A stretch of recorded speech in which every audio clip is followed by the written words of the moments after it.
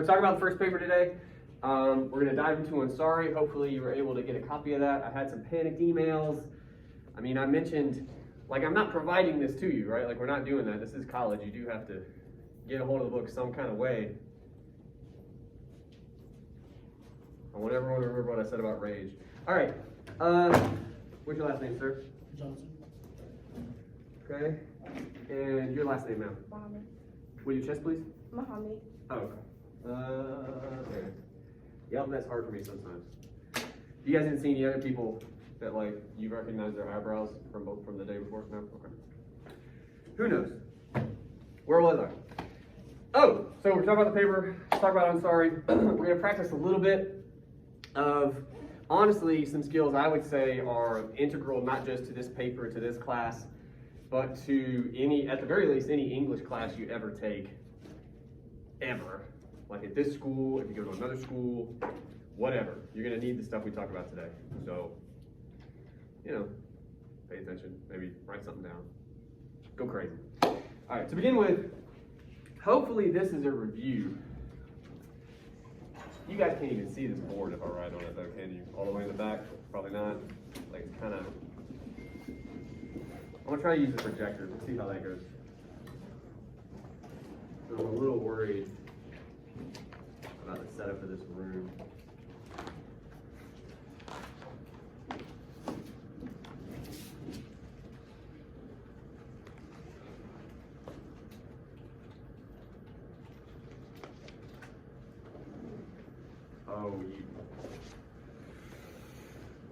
Oh, I hate my life. All right, never mind. Let's use the board because Google doesn't trust me. And now I can't turn it off. All right. I hate everything about this room. I'll turn that off in a second. MLA.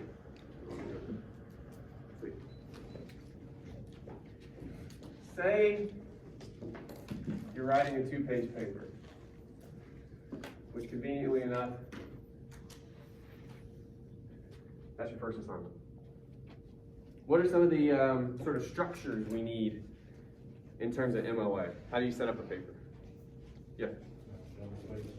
Double space, cool. Anybody know what kind of font you use?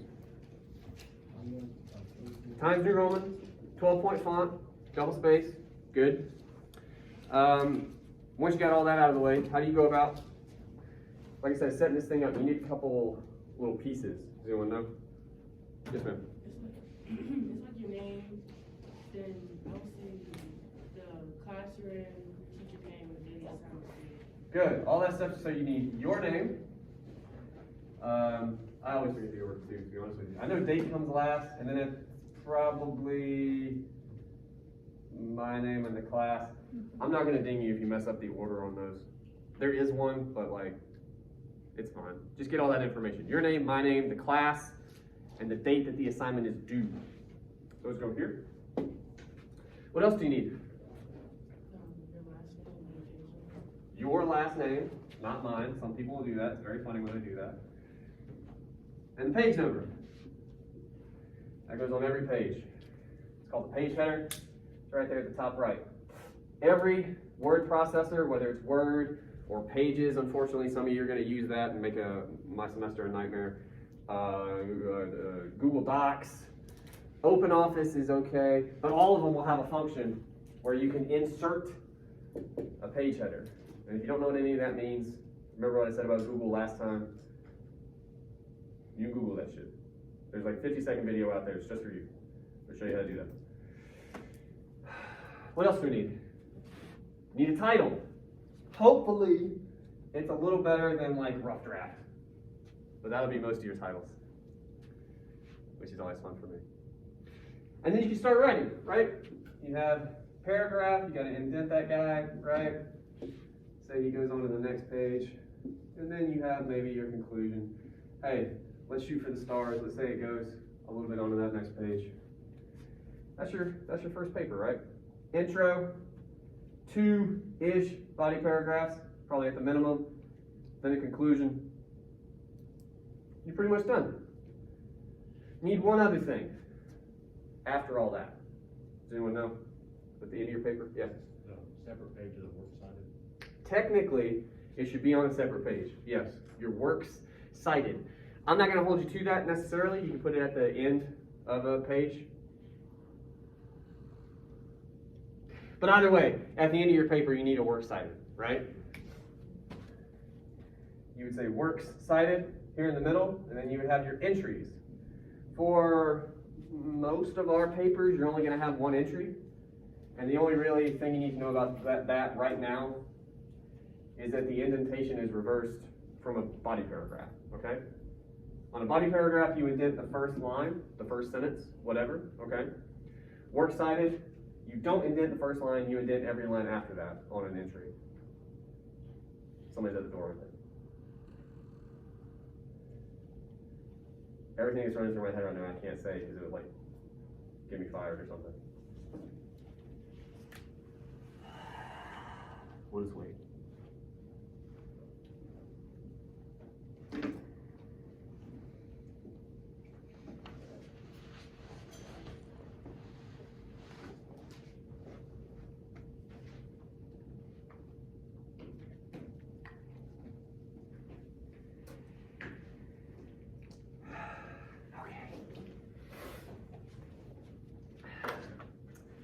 A couple people came in, I assume on the same, I don't know, golf cart. What were your last names? Hayes. What did you chest, please? Hayes. Hayes. Oh, I got you. Okay. Who else? McGee. McGee. And I saw at least one or two more. Dude in the back with it. Manning. Okay. Anybody else? God help us. All right. Let's try to get through the rest of this without somebody coming in. Any questions at this stage? And again, we'll touch on it throughout the semester. Honestly, I hate that it's this way, but this is super foundational, okay? But this is the sort of thing, once you get it down, and I would advise you set up your paper ahead of time before you start writing anything. Once you get that in place, you don't have to touch it again, right? It's there for you. You don't have to worry about it. When it comes to your papers, on the rubric, there's a section, requirements. I'm losing some other language, but it's the requirements section. It's worth 10 points out of 100 of your final grade. This is a big part of that. So just nail this, you know what I'm saying? Like guarantee yourself those 10 points from the jump. Okay. No questions about that though? We're good? All right. Next thing I want to do, now I do need a projector. I guess these are separate, which is odd to me.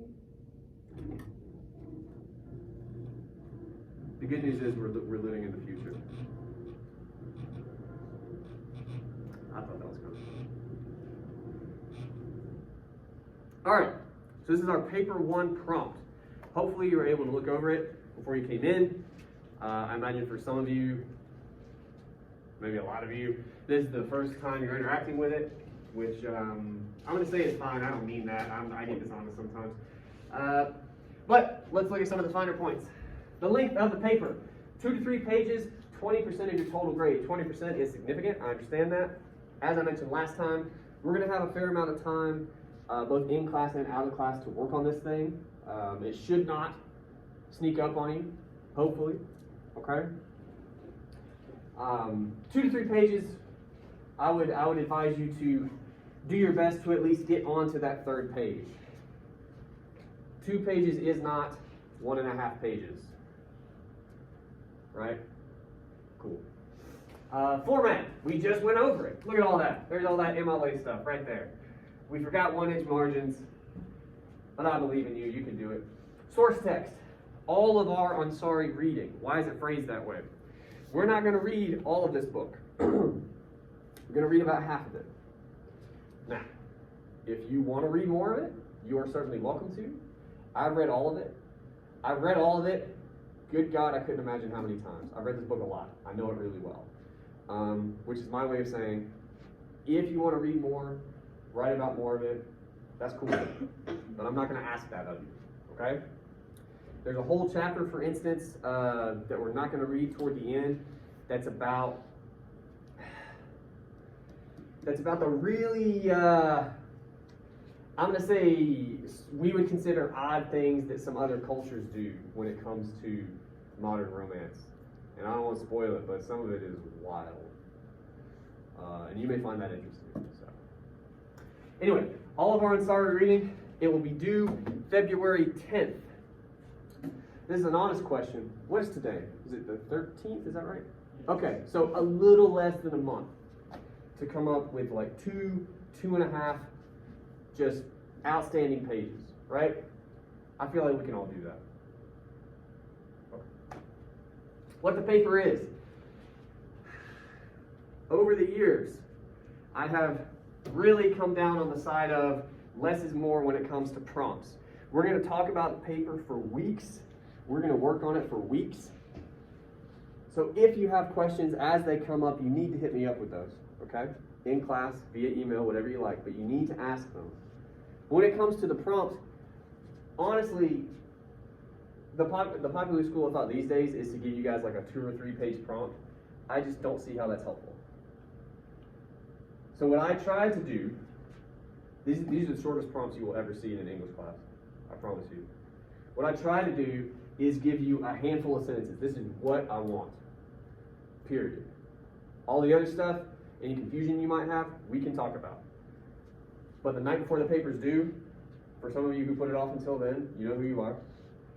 And you're like, I don't need it. You go look at the prompt. This is exactly what I want, okay? This is it. I'll let you read that on your own time. I paraphrased some of it. We're going to talk about paraphrase today, by the way. You can boil it down to 3 questions that we're going to address in this paper.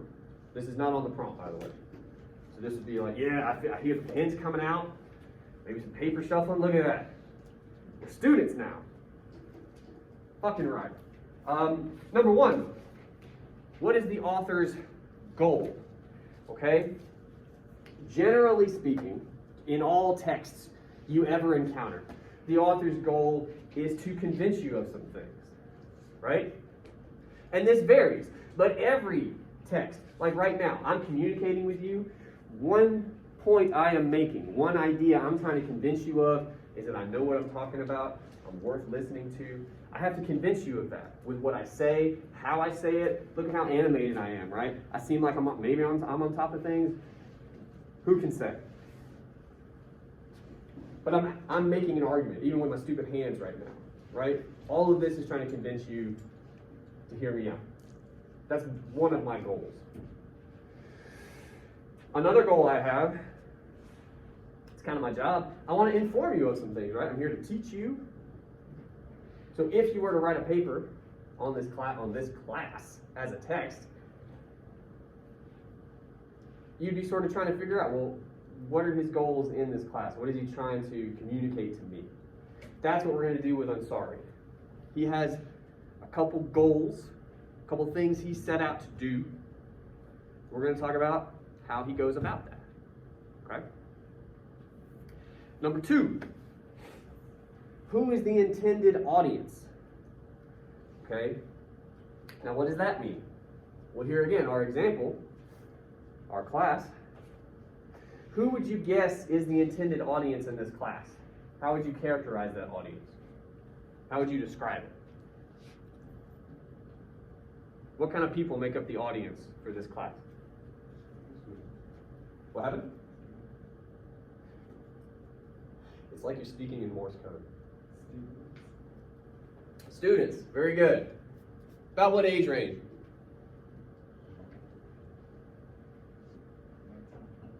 Yeah, ballparking around 19, give or take a year or 2. Yeah. That's a particular kind of person. On occasion, you'll have what's called a non-traditional student. These are folks who have gone out, had jobs, had a life.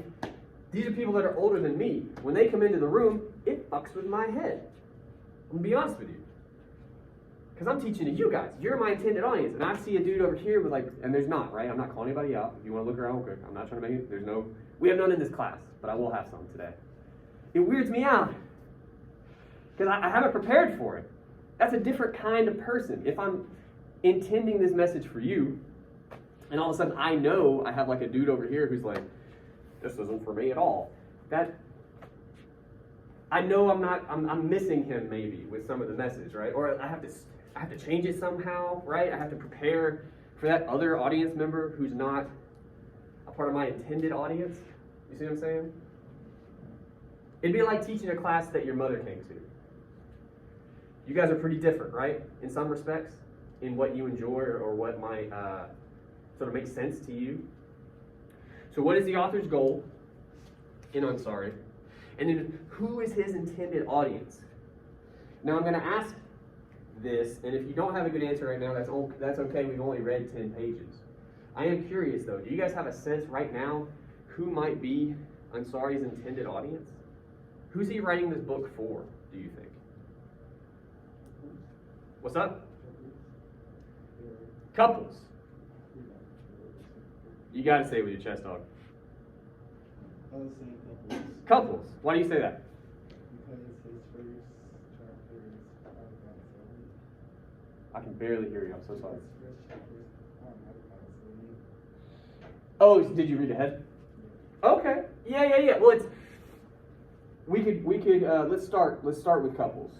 I think we'd agree with that, given the subject matter. Okay. Is it only for couples?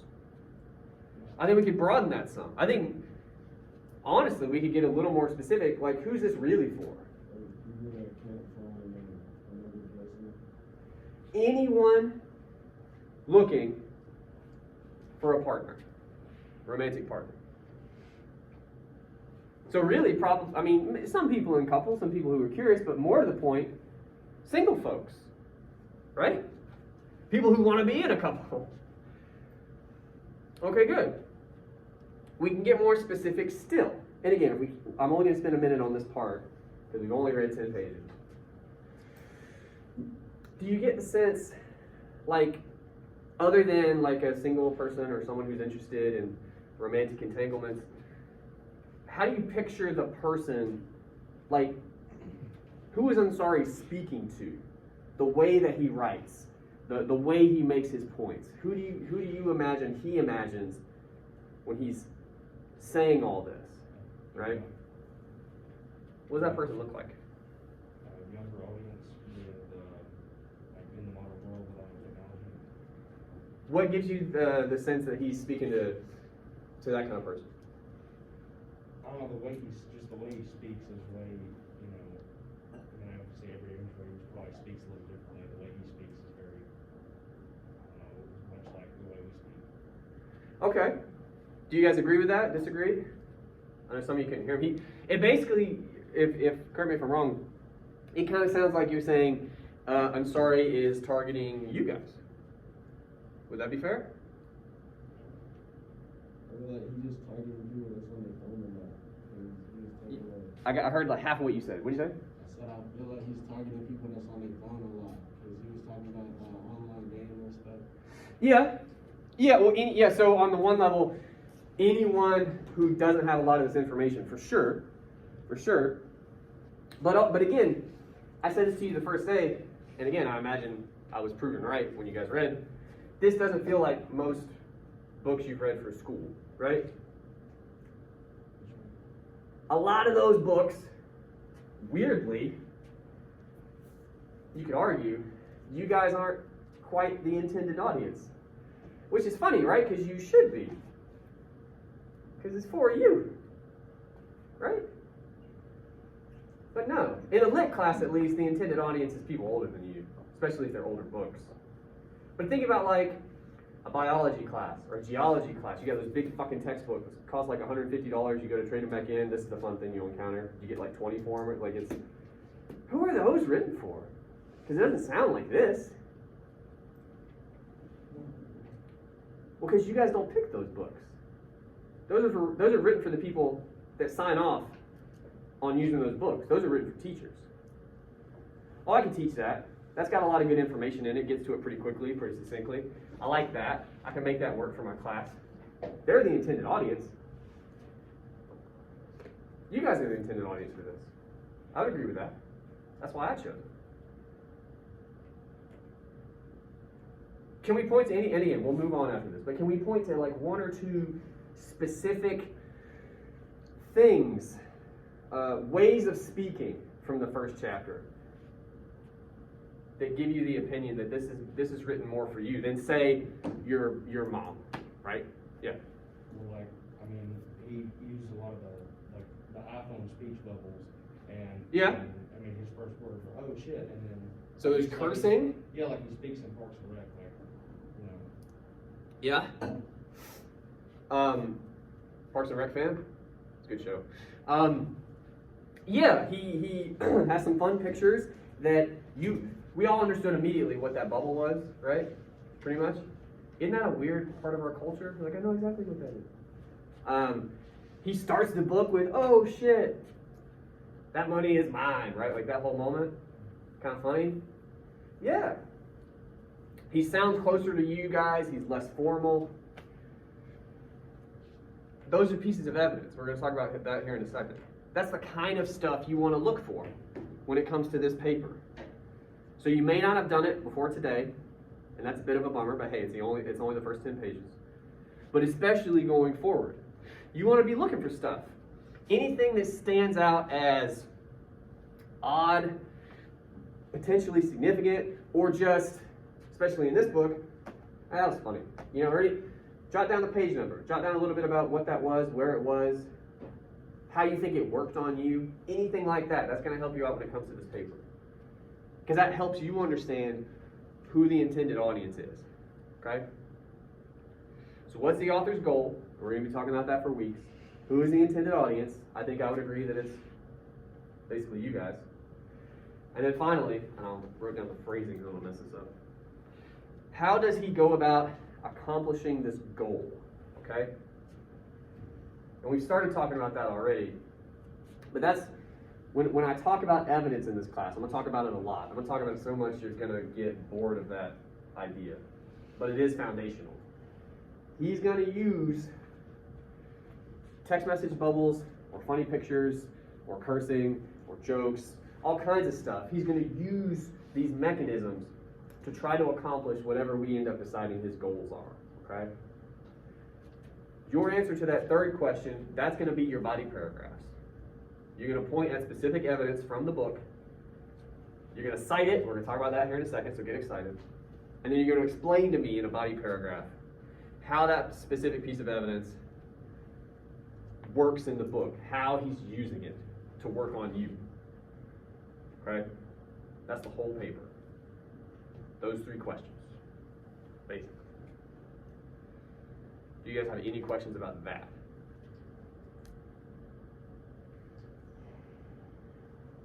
Okay. All right. Well, I want to do, I can't talk. What I want to do, don't go, no. You guys don't care, but I don't like things that make sense, so I'm going to let you know a secret. This is ridiculous.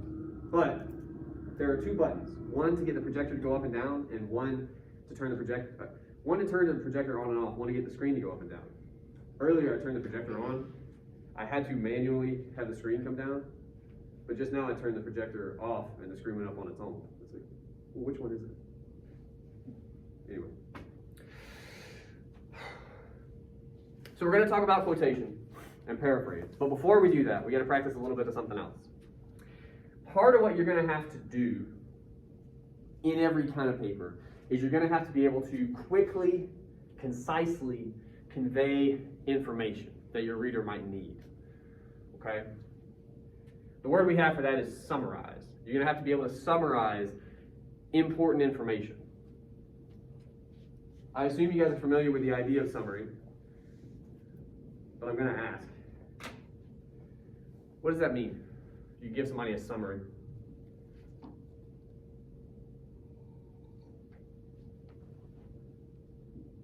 Oh, we don't know. Is it like a briefing of a subject or anything? Yeah, like a recap, right? So I mentioned to you guys Monday, and some of you probably don't remember, it's fine. I went to the University of Alabama, so I stayed up to watch that game. And I was, by the way, my Tuesday morning was wrecked. I was not I was happy we won. I was not happy with staying up till midnight. Can anybody summarize that game real quick? Anybody who happened to watch it? Give your hand up, I can tell. Basically, Ohio State got beat bad. That is a very brief summary. But it's accurate. So here's some important qualities. First of all, your summary does need to be accurate. And I think anyone who watched that game would agree with that component of your summary. Very accurate. I was going to say Ohio State got housed. A little longer, just as accurate. It was the final margin of victory was 28 points or something crazy. It was 52 to 24. Yeah, so like not the closest game. However, something a summary should also do is maybe touch on some of the high points, can convey some nuance. So those of you who watched the game, I know those of you who didn't are missing out on this, but we'll come back to the book. Those of you who watched the game would agree that Ohio State basically got housed, okay? But I think you would also agree that's not quite fair. For most of the first half, we'll say a quarter and a half, it was a game, right? It was.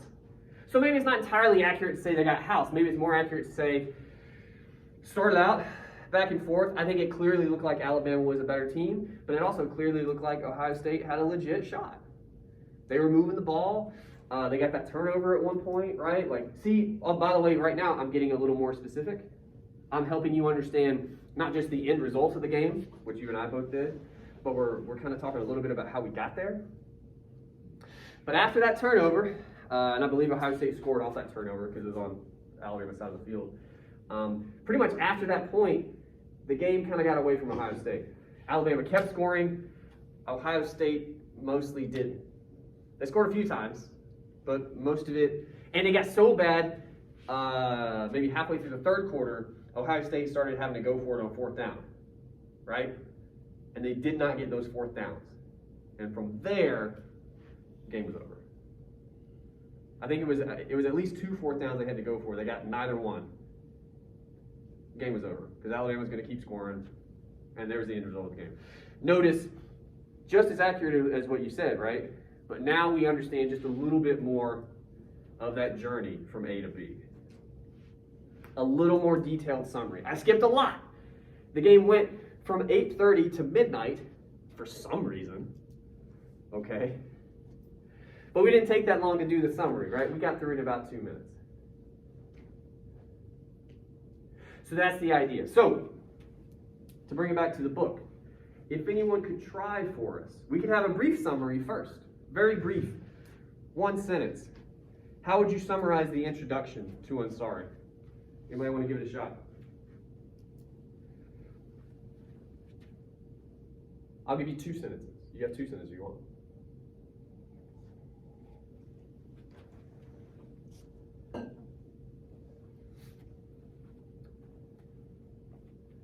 Scared to ask this question. Yeah, I'll ask it. All right, my eyes are closed. They are. I don't lie when I do this. How many people read last night? Well, right before this class, whenever it was. Show of hands. How many we got?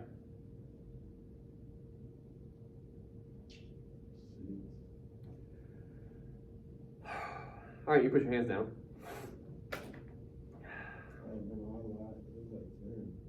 What's up? It was like 10. It was like 10? Yeah. I don't know who to believe. Okay. I said both phones. Okay. Oh man, that's right on the edge of me kicking you guys the hell out. We'll see what happens. We'll try it for a little bit. All right. Well, you 6 to 10 people, you indeterminate amount of people. Can somebody give me like a 1 to 2 sentence summary of the introduction? Yeah, what's up? I'm sorry, I had a bad experience with modern dating, so he went and did research to write a book and help others with the same experiences. Pretty succinctly put. Nice. And again, I know not all of you guys can hear that because the room's kind of big and you guys talk like you're fucking ninjas trying to assassinate somebody. But yeah. I'm sorry, had a bad experience with a woman named Tanya, or Tanya, I can never decide. And was like, you know what? I can't be the only person who's dealt with this. And he has a platform and he has a means to go and perform research, write a book, and and tell everybody what he found out. Yeah. Now, we could be a little more specific, right? I think those of us who read anyway would agree that that's accurate, but we miss a little bit from A to B. What are some maybe details we could sprinkle in there to help us have a fuller picture of the introduction? We got to talk a little more about Tanya, right? Yeah. They had a one-night fling, like Yeah. in a hotel, and then the guy goes to the next day. He gets left on red. Yeah. That's important because that's the moment, right? Like he spends 2 or 3 pages just like, at one point he says, I know she held my words in her hand. Right? It's like all caps and he's freaking out. Like you kind of see his thoughts. Yeah. And it's that one moment, not even just like it's partly the time they had together, but it's that moment the next day where he's like, but how, what, right? Like all that. Yeah.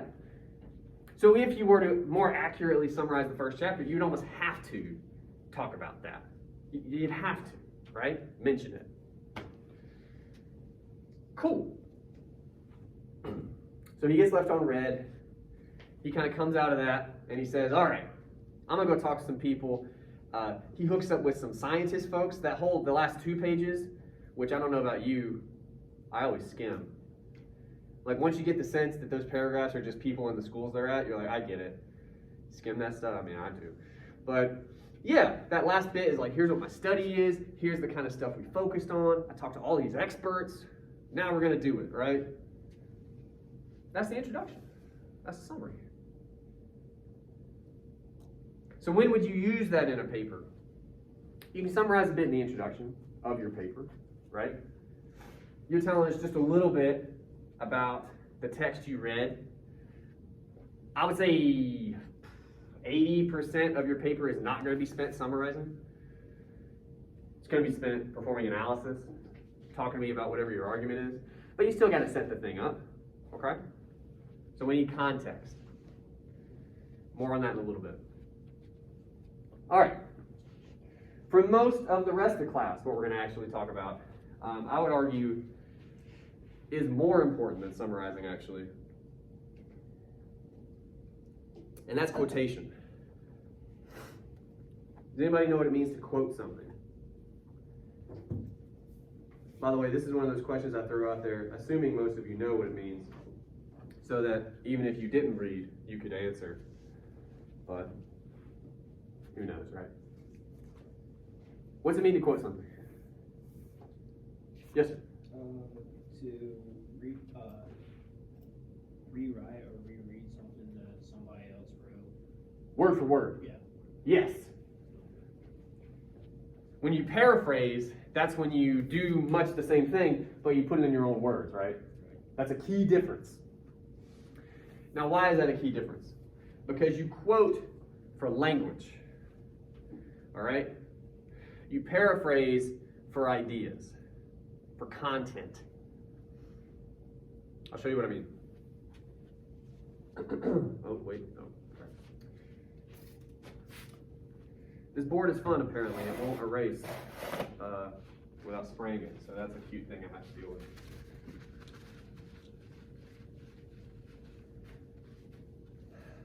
While I'm doing this, instead of just watching me struggle, can anyone think of like a moment in that introduction that you feel like you could quote right now, like without really looking, you could pretty much nail the quotation if you had to?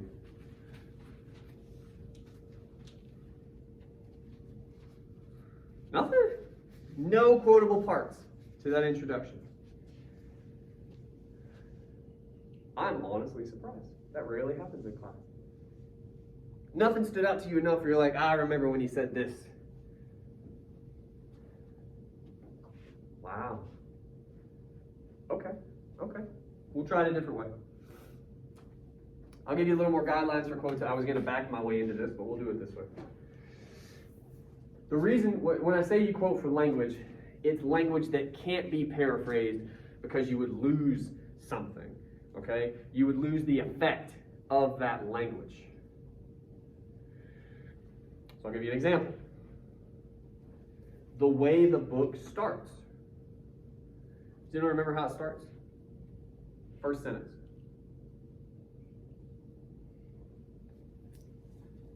Yeah. You know, and it starts out, and says, I don't remember anything after oh shit, I don't remember anything after that. But we would agree that's pretty fucking memorable. Yes. Yeah. Those of you who read, you're like, oh yeah, it does start that way. I remember that. Pretty memorable. A book when it starts with oh shit. So my original question a minute ago, we all had an answer. I just want to point that out. Anyway, why is that so memorable? And I'll give you a little bit more of it. First of all, it's O, giant letters. Oh shit, right? Thanks for buying that my book. That money is mine, he says. Especially the first sentence. Why is that so memorable? What? Because it seems like it's only going to That's part of it. That's not why it's memorable. It's unusual to find curse words in a book usually. Not something you guys are used to, especially from the jump. Look, I assigned a book to you. This is a college class. For some of you, it's your first college English class, whatever. You're expecting, like, I don't know, I mean, to go back to high school, which is a very long time for me. But I imagine you're opening this book thinking, you know, there's going to be like some four suits or some vowels or, you know, English stuff. You're definitely not expecting, oh shit. So there's some shock value there, right? Now, when I say we quote for language, and we quote, or rather, what that means is something would be lost if we paraphrased. Can someone paraphrase, oh shit? Put that into your own words. Put that into different words. What does that look like? Wow. Wow. Sure. I just want one or two other shots. That's good. What else? Oh, snap. Sure. Can I get one more? I was thinking like, oh man, or, you know, something like that. That's kind of his tone. What do you lose when you paraphrase that? Because they have the same general idea, right? But you do, I think most of us at least would agree, you lose something there. Was it Hana? You lose some of your words from what they said. I don't know what that means. Because they said this one, Uh-huh. they said this way, whatever, and you're just trying to use it in a different way from what they said. Yes. I think that's the definition of paraphrase. No, what I mean is, like, because what we're going to do is talk about the effect. Like, we're going to quote, oh shit, okay? And the reason we're going to do that, I'm arguing to you anyway, I'm going to say it again, something is lost. Like if rather this book started with, oh man, thanks for buying my book, I would argue it would read a little differently. But why? Yeah, what's up? Oh shit, hold on. I just did it. Here and then here. You'll lose the tone. Okay, what do you mean by that? Like, if you say, oh man, it kind of sounds like, oh, he's kind of happy. Like, oh, she's like, oh, I'm surprised that you bought my book. Now I have money. So it conveys, correct me if I'm wrong, but I'm trying to, you're almost saying, oh shit is like at 10. Whereas something else, even though it would mean something similar, would be like a 5 or a 6, almost, right? Okay, somebody else was over here, then I'll come to you. Yeah. I was saying, like, it would lose interest in the book. Okay, why do you say that? Like, what do you mean? It's like, normally books will start off like, wow, or something like that. Already you'll be like, nah, I don't think I'm gonna read that. Okay. Something like that. So you're talking about the reader's interest, the audience's interest. What about oh shit is interesting? Good books don't start off like that. You're just like, alright, sure. So it's very different from what you're used to. And that difference is what? I just want to put a word on that. Unusual. Huh? Unusual. That's a synonym, but yes. I mean, I appreciate your plan. What about that difference gets us interested? Why? Why is that difference interesting, do you think? Something different like that is what? What's its effect on us? Shocking. Shocking? Okay. Holds us in. What is that? Holds us in the book. Yeah. That's kind of what interesting means, but yes. Again, I'm just helping you out. Don't worry, I'm not calling you out. Can we get another word for shocking? I think a little more specific. Oh shit, how do you feel when you read that? I'll tell you what, you're not like, well, I'm very interested. No. It affects you in a certain kind of way there. Gets you feeling what? Like something happened or something that's gonna happen. Yeah, we have a word for that. Feeling that way. Yes, sir. Like curious? Maybe so. Okay. Yeah. That's not what I was going for, but I could ride with that. Yeah. Any other words? Could you say it again? You said it well. You just said it. Like a second ago.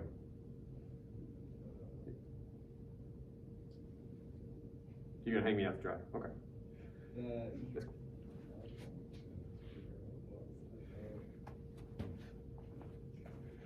Okay. You said something about, because now I'm trying to remember what you said. You said something about you want to see what comes next or something. Oh yeah, that you want to see what comes next or what's going to happen in the story or whatever. Okay, good. And like the calmer way to talk about that is curiosity, right? For sure. But what is it like? You never watch a TV show or I don't know what you people do with your lives, to be honest. Whatever you're out there doing, you're like, oh, I can't wait to see what happens next. Excited? Yeah. Yeah. Curious is like the low-key version of that. But for some, you're like, oh shit, all right, yeah.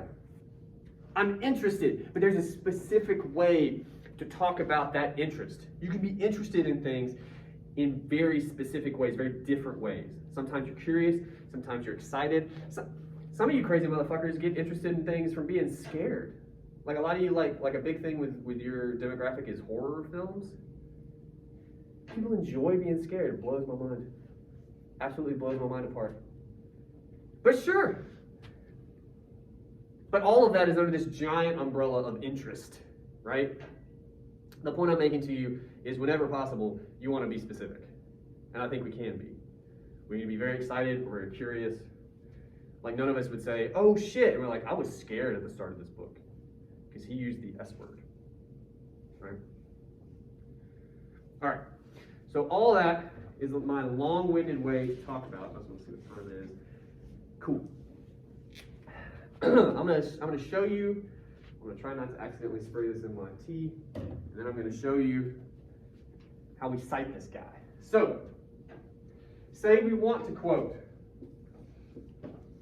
Oh, and it's all caps in the book, right? I believe he has an exclamation point after it. Is that correct? So that's the sentence in the book. And we could quote more, by the way. But I'm going to start with this because this is what we've been talking about. Anybody know we need some paraphernalia here? Any ideas? I just want to see what you guys know. Like when you're quoting something, how do you set it up in a paper? Go for quotation marks. Need some quotation marks, for sure. They go around said quotation. Good. Anything else? You need an author tag, don't you? Good. You need the author's name and the page number. Where does anybody know how you get that information in? Parentheses afterwards. Good. So I'm sorry, and this may not be page 1. What page is this? You might know. Look. Yep, it is page 1. Okay. Because sometimes they start counting like earlier. And you put a period after that parenthetical. That's our quotation. That's our citation. That's the end of our sentence. Okay? Now, you need a couple more things. The first thing you need, just to set up the quotation, we're going to talk about talking about quotations, but we got to do this first, is you need a thing I mentioned earlier. That's context. Does anyone know what context means? It's fine if you don't. I am honestly just curious. Notice not excited, curious. Be a weird thing to be excited about, right?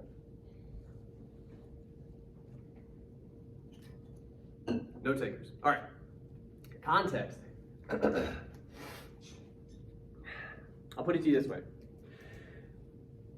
A text, right? You guys are most familiar with the idea of a written text. But a text, as defined, is anything you can sort of read, okay? And again, you guys think reading, like you read words. You guys read each other all the time, right? You're out in the world. It's harder with the mask. Although, actually, this is a great example. This happened to me Monday. I got to school a little early to see my wife. She teaches here too. And she was in the TLC. So I parked, I walked in, saw her, walked her to the car, and then went back into the TLC because I left some stuff there. The first thing I saw when I walked through the doors of the TLC was a janitor not wearing a fucking mask. I read that janitor a certain kind of way. You see what I'm saying? I read the signs. I made all kinds of assumptions, to be quite honest with you, based on that one piece of information. But in that moment, that janitor was a text, okay? But here's what's important too. If that janitor was just out in the middle of a field by herself, not wearing a mask, would I have read it differently? Yes. Why? Because you're around people. Yeah. The context is different. Context is what surrounds a text. And it colors, usually, how you read that text. Okay? So the context of the janitor was, first day of school, so everybody's here. She's inside. I'm pretty sure she's next to the door. She's standing next to one of those goddamn signs that says what? She probably wear a fucking mask. Yeah. And she's not wearing. It's a very different context. So you read it a very different way. Right? Okay. So in this case, and this is kind of weird because the book starts this way, but we gotta figure out a way to contextualize. Oh shit! We talked about the fact that maybe it makes you curious, maybe it excites you in a way, okay? But why? What's the context of that curse? Because he's gonna curse throughout the book. I'm gonna let you in on something. He just does it sometimes, right? What's the context? How would you describe it? Like, you all, those of you who read, you all interacted with that first sentence in a certain kind of way. Maybe we can start there. Does anyone remember did anyone react at all when you read that first sentence? Yeah. It's kind of weird, but it was almost friendlier to me because it was more, I was more used to that type of speaking. Yeah, sure. Yeah. It's, at the very least, informal. Right? Less stuffy? A little more comfortable, I guess. Yeah. Okay. And again, part of that is we talked about expectations you might have, especially with a book that's been assigned to you for class, right? But why does it maybe hit you that way when you encounter it, if that makes sense? I'm trying desperately to turn this back on because I want to know which one it is. It's not what you're used to. What's up? Because it's not what you're used to. Yeah. And again, we can talk about that, but we still need to cover, I'll put it to you this way. If you were explaining to someone, because that's what we're going to do after this, how this affects you, okay? How would you introduce the idea of this quotation to somebody like outside of this class? Like, hey man, what are you reading? Oh, this book for class, blah, blah. Oh, okay, is it any good? Actually, yeah, he curses and it's kind of funny. Haha. How would you introduce oh shit to that person? How would you talk about it? What's like an important detail you would have to let them know before you just started in on like, he says the S word, it's funny. How do you set up this quotation? What's the context? You didn't come across a whiteboard in an open field that said, oh shit. That would be upsetting. That would be strange. Right? You'd be like, oh shit. Am I being watched? Right? Like it'd be weird. So what's the context? How do you encounter this quotation? He's using those words to grab the younger audience. That's maybe, again, part of our argument. I'm talking, like, before we get to argument, you are summarizing here. Anything you provide before that quotation, for the most part, for right now anyway, is summary. How do you help us understand how you encounter oh shit? I told you about my encounter with the janitor. Those details, none of that was argument, right? I was just telling you where I saw her, sort of the surroundings. What are the surroundings of this sentence?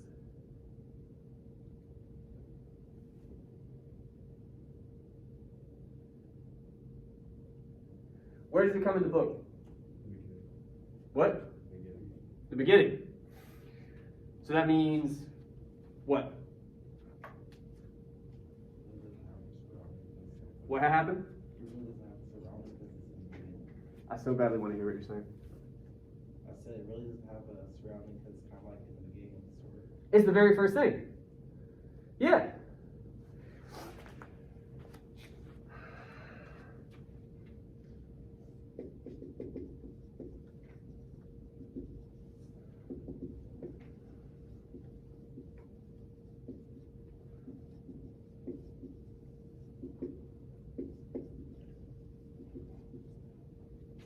First thing in the book, I'm sorry, states, oh shit. That's how you introduce a quotation. Okay? Now I purposely gave you this, by the way. Bare minimum, you need to tell me something about who is saying the quotation and the fact that they're saying it, okay? If you do nothing else, do this part. Now, what I'm hoping for from all of you is this other part. Context. Let's think about that for a second. Because he does curse at other times. He curses at other times in the introduction. I would still wager it doesn't hit quite the same as that very opening line, right? Why? Why? Very first line of the book, that context makes this a little bit different, I think. If I'm wrong, I would love to hear why I'm wrong. But I don't think I am. I'm just curious what you guys think about that. He starts the book with, oh shit. Says just like that, right? What does it mean to start a book like that? Very first line. Again, how do you react when you read that very first line? What does some of you feel? Shock. What? Shock. Shock.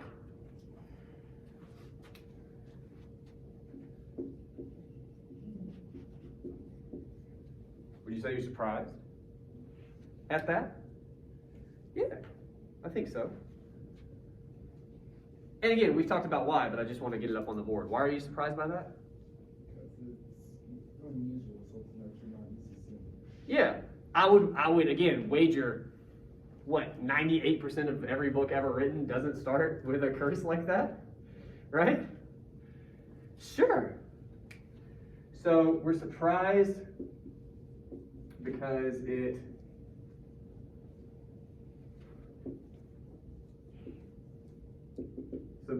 subverts our expectations, right? Cool. This is the beginning of analysis. We're going to go a little further, but one thing I want to draw your attention to. We cannot talk about this without that context. Okay? What we are saying to the reader, it is surprising, number one, because it subverts our expectations. Because of most of the books ever written, or any book you've ever had assigned, any book you've ever encountered, right? You're just not used to that. But he also curses. I thought somebody was coming through the door. I was like, you were fucking kidding. But he also curses throughout the book, right? So we're being very specific here. We're thinking about why this one is maybe more surprising than all of those, right? And it's because it's right from the jump. You are not prepared. You're not. As a reader, you're not prepared for oh shit from the jump. He's taking advantage of that rhetorically. He knows, you could argue, that you're not ready for that. And so he is using that element to surprise you. And then maybe to get you excited or to get you curious, right? It's kind of fun to be surprised right from the start of a book or a movie, right? Something happens really early in a movie you're just not ready for at all. If it's done well, we like that. Like, oh shit, okay, cool. I didn't know that's what this was. I'm really interested now. Same deal. You could even argue maybe he can only do that at the start, right? Be way harder at a different point in the book to do that. That's how you start to talk about a quotation, okay? Anything you quote in this book. This is the bare minimum. This is what a quotation looks like. Parenthetical, end of the sentence, okay? But you are shooting yourself in the foot, I promise, if you don't give me that context. Are there any questions about any of that?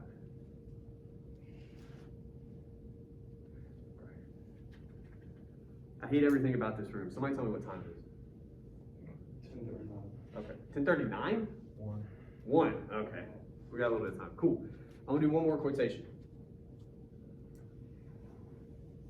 I'm going to open the floor. You guys haven't been fans of that thus far, but I'm going to try one more time.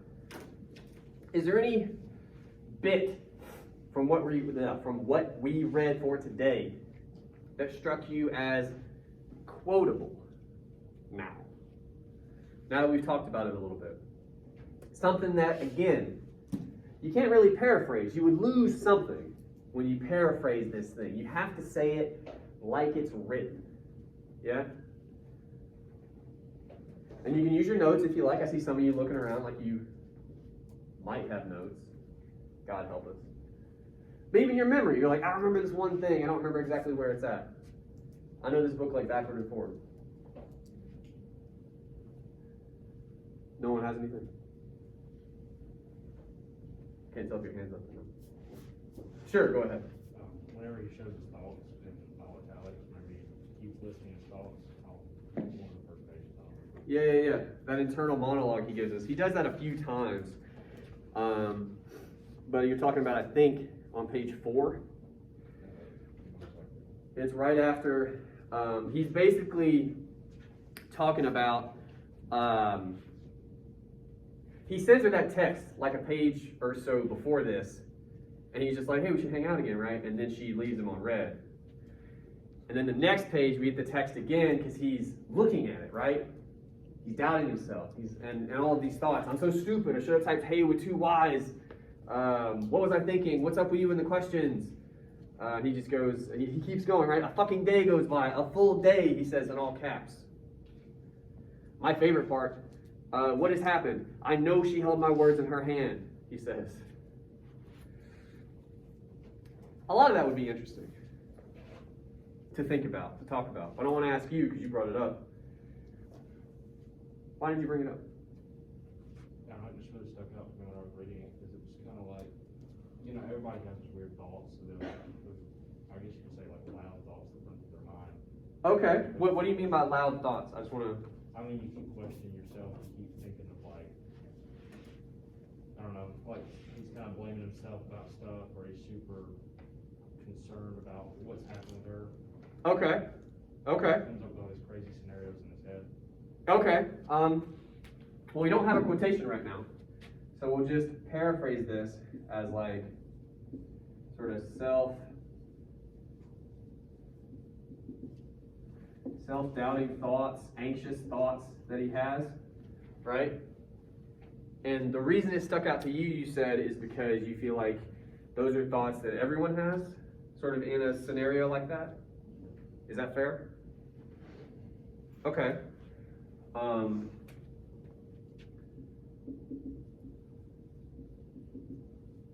We might talk more about that in a second. By the way, I'm modeling for you the kind of notes you should take when you're reading this book, and something strikes you as interesting. Why do you feel like everyone has those thoughts? It's a common thing that everyone does, especially, well, maybe most people in this situation. It's kind of a common thing everyone does. What situation? I don't know, getting really confused over, I mean, it doesn't specifically apply to getting left on red by somebody. But in situations like that, uncertain situations, I guess. Uncertain, like why? I'm not disagreeing. I'm just trying to get very specific. Like, what's uncertain about it? He doesn't know what's happening with her. He doesn't know. On the other end. Yes. Good. Is that a pretty common occurrence? Not being sure what's going on the other end? Yeah. That's a very modern problem. And again, some of you may take this for granted, but there was a time when people just called each other on the phone. And I know that's like, oh yeah, no. Understand this. When you're on the phone with somebody, if they leave you on red, that's fucking strange. It's like, I can hear you breathing, dog. What are you doing? Right? It doesn't happen. This is a new thing. That, yeah, does happen to everybody. And he's kind of talking. So he's taking a very specific episode, getting left on red. That's one way to, one really rough way to encounter this. But it is an episode that, in different ways, that a lot of people experience. This just not knowing whatever is going on with this woman. No way to know, right? He's texted her, and he leaves it there. That's all he can do. Now he's just left with his own head. Good.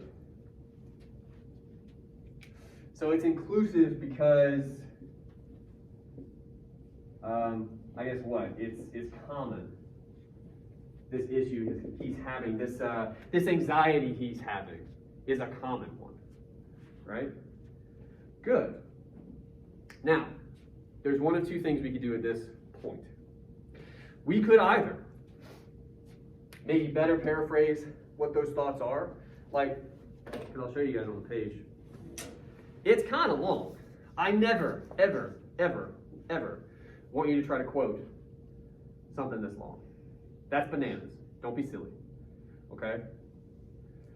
And if you want to talk about all of it, maybe you can paraphrase. Because there does seem like there's something to talk about there.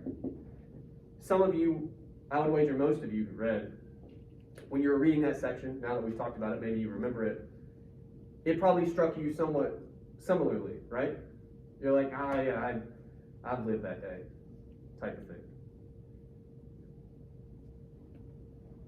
What's the effect of that when you're reading through I'm sorry, living through a moment that you feel like you've lived through as well? You relate to it. Okay. Write that on the board just for the sake of note keeping.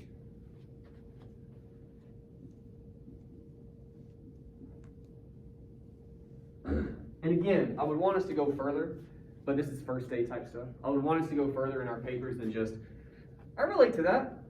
I want you to think about why. I want you to think about if you can get more specific. Again, this is the difference between curiosity and excitement. Those are different things. There are different ways to relate to an episode. But you could do that, potentially. The other thing I would want to highlight for you, that's one of the two directions you could head in at this stage, okay?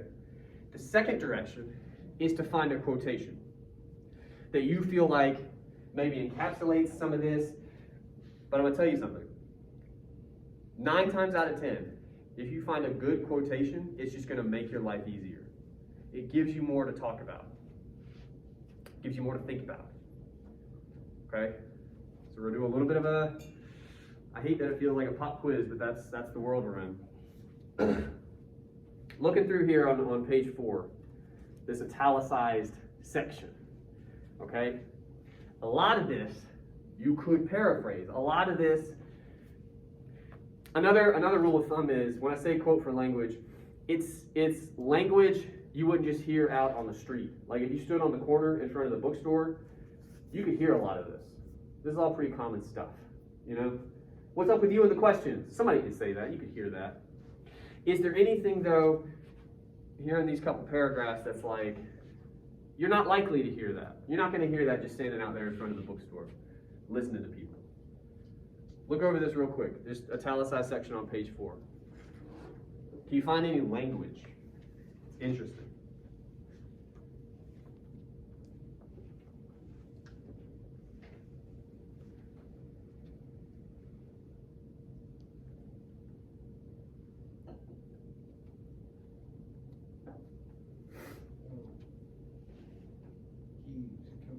He focuses on like how he says, hey.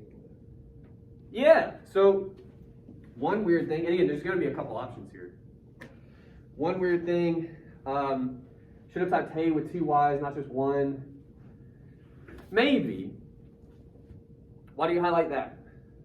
Because he feels like it's like the correct way of spelling or hey or whatever, like it's a different way of spelling it. Like he feels like the different way of spelling it may make the worse answer.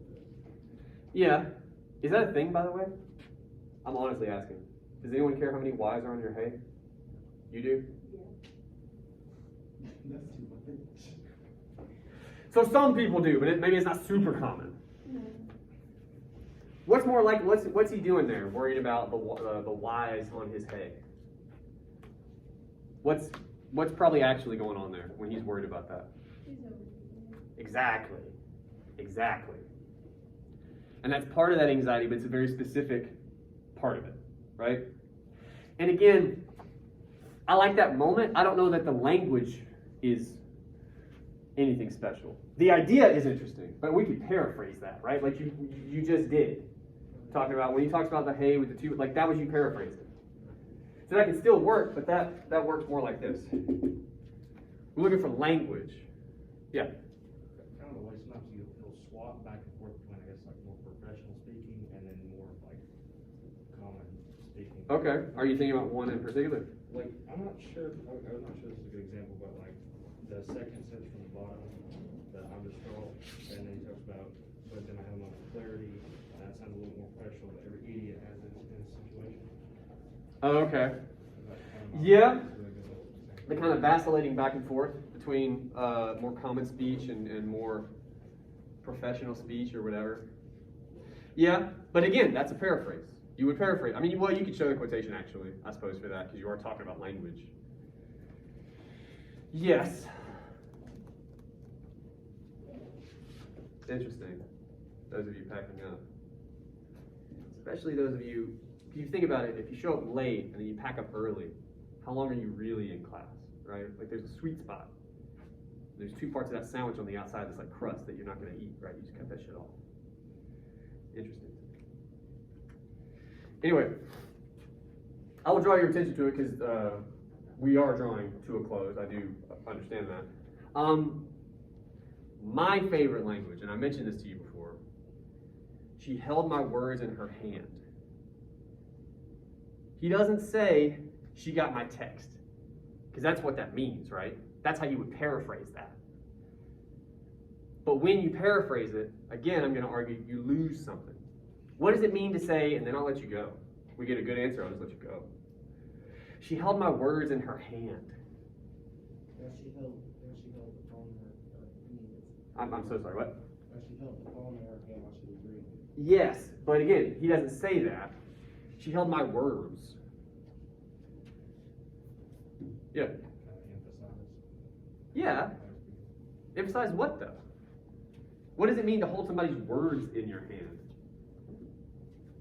What are your words when you're talking to somebody? When you're telling them you're into them, that's what he's doing, right? What kind of words are those? Why is he so anxious? How you feel About her. He's kind of putting himself out there, right? Making himself vulnerable. He's telling her some real emotional shit, right? Isn't that part of you, like some deep part of you? Most of what you say in the day is not that, can we agree? Most of what you say is like, hey, or, I don't know, let's get pizza, right? Like it's, but occasionally, you're going to share a part of yourself with somebody, and when they hold that in their hand, they hold part of you in their hand, then they're like, fuck it. That's what he's talking about. She held my words in her hand, not, I know she got that text type of thing, right? So the language there, paraphrase it the same way, but the language communicates a very different idea, okay? And that's what I'm trying to tell you. When you quote for language. So for homework, first of all, I know you all know this. We don't have class on Monday. I'm okay. You guys don't know everything, but you know when we don't have class. I still want to remind you. We're going to read Ansari chapter 1. That's a week from today. So those of you who weren't able to read, some of you had good reasons, some of you don't. Whatever your reasons, be caught up for Wednesday. Okay? Also, you have your first homework assignment on course 10. 2 quotations. I want them like this. I want context. I want them properly quoted. I want the parenthetical. Okay? And if you're feeling real frosty, I wouldn't mind an attempt at analysis. See what you can come up with. Tell me why you quoted it, that language specifically. Okay? This is us starting to build our papers. Sound good? All right. I'll see you guys in a week. Thank you.